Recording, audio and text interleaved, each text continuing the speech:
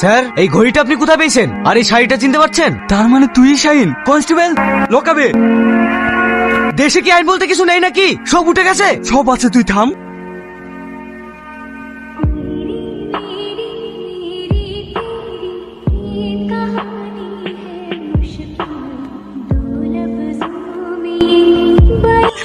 পাখি এখন আমার কাছে। ওকে এমন বাদ দিয়েছি, পুরো শেষে শুধু লাশটা নদীতে ফেলে দিলেই হয়ে গেল। আপনি শুধু থানায় চলে আসুন।